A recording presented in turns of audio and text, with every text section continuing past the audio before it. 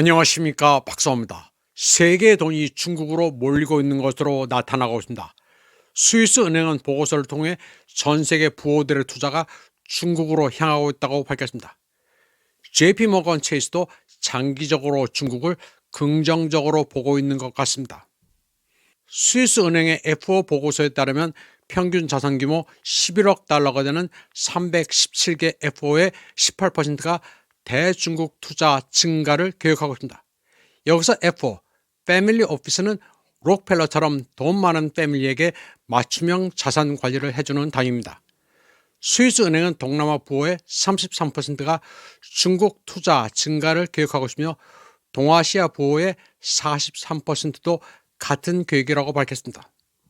트럼프 집권 후 중국에 대해 온갖 방법으로 제재를 가하고 무역 전쟁을 벌이고 있는 와중에 돈 깨나 있는 세계의 부호들은 중국에 기울고 있습니다. 지정학적 경쟁과 시장 잠재력 사이에서 여러 가지 고려를 하고 있는 것입니다. 당장 미국의 부호들은 트럼프의 눈치를 보느라 주저하지만 중국과 지리적으로 가까운 동남아와 동아시아만 하더라도 중국에 붙는 게 이익으로 보는 경향이 있습니다. 무역 전쟁에서 중국은 WTO 규칙을 준수해 자유무역을 하자는 편인 동시에 미국의 대중기술봉쇄가 먹히지 않고 있는 현실을 목도하고 있기 때문입니다. 월가의 거물 JP모건 체이스 CEO 제이미 데이먼도 5월 20일 미국 경제가 스태그플레이션의 거대한 위험에 빠질 수 있다고 경고했습니다. 반면 중국의 이노베이션은 전 세계의 각광을 받고 있다고 평가했습니다. 그리고 바로 이 때문에 JP모건 체이스는 중국 시장에서 철수하지 않고 있다고 말했습니다. 전기차와 자율주행에서 AI와 휴머노이드에 이르기까지 모든 분야에서 중국은 괄목할 만한 성과를 내고 있습니다. 타이완의 시사평론가 펑 화가는 JP모건 체이스 CEO 제이미 데이먼이 맞게 보고 있다고 평가했습니다. 제이미 데이먼은 중국 투자 경력이 20년이라 미국과 중국의 현실을 잘 안다고 말했습니다. 미국의 스태그플레이션, 불황형 인플레이션에 빠져들면 그 결과가 재앙적이라는 것입니다. 스태그플레이션은 중산층이 기존의 월급 가지고 예전과 동일한 쇼핑을 하지 못하는 것을 의미합니다. 미국과 중국이 90일 동안의 관세 휴전을 했지만 앞으로 어떻게 될지 섣불리 판단해 중국에서 투자를 철회하면 안 된다는 것입니다. 특히 제이미 데이먼은 중국 배터리 왕자인 캐틀에 오랫동안 투자해왔습니다. 캐틀은 중국어로 닝더스다이라고 하는데 배터리 부문에서 독보적이라 닝왕이라 불립니다. 중국 시장뿐 아니라 전 세계 시장에서 독보적입니다. 캐틀은 이제 전기 트럭용 배터리 부문에도 진출하려고 합니다. 며칠 전 캐틀은 홍콩 시장에 상장돼 대박이 났습니다. 캐틀은 바이든 때부터 중국 군부와 연관이 있다며 제재를 하려 했지만 트럼프 시대에 와서도 제재를 하지 못하고 있습니다. 멀거니 지켜만 보고 있을 뿐입니다. JP모건 체이스는 가만히 있으면 돈을 버는데 투자한 돈을 뺄 하등의 이유가 없습니다. 한국에서는 시진핑의 중국이 나쁜 나라라 외국인 자금이 썰물처럼 빠져나간다는 소리를 하는 이들이 있는데 다 틀린 정보입니다. 한국에는 그저 세계를 나쁜 나라, 좋은 나라로 나눠서 보는 멍청이들이 많습니다. 캐틀은 거칠 게 없습니다. 금융과 배터리에서 크나큰 승리를 거두고 있습니다. 배터리는 유럽을 공략하면서 미국의 봉쇄를 돌파했고 금융에서는 5월 20일 홍콩 시장에서 IPO를 진행해 놀랄만한 성과를 거뒀습니다. 캐틀은 7년 만에 선전에 이어 홍콩에 두 번째 상장했습니다.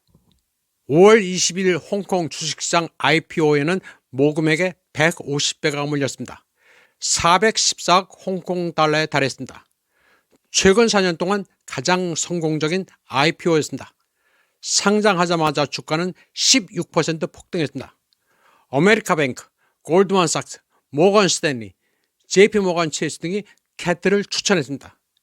미국 상무부는 중국 정부가 배터리에 721%의 보조금을 지급하는 등 반칙을 한다고 아각됐지만 월가는 이에 아랑곳하지 않습니다.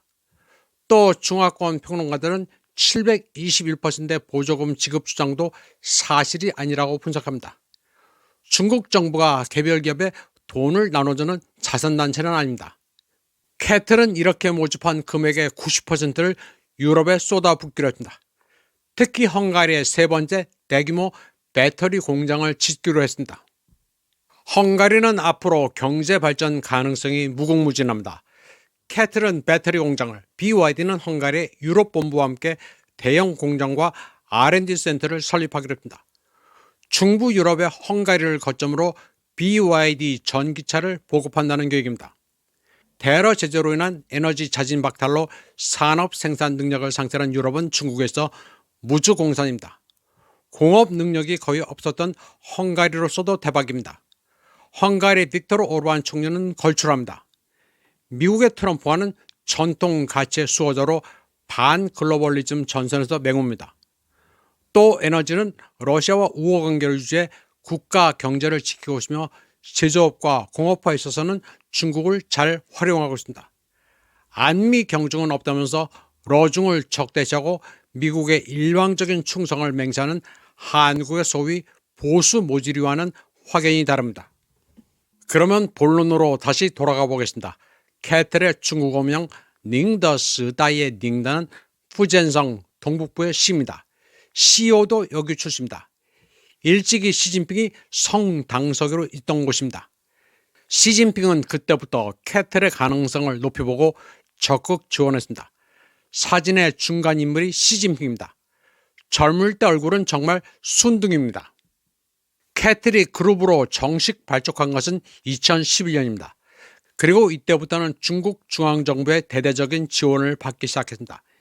이제 시진핑은 홍콩에 모인 돈으로 미국의 제재를 우회해 유럽을 공략하고 있습니다.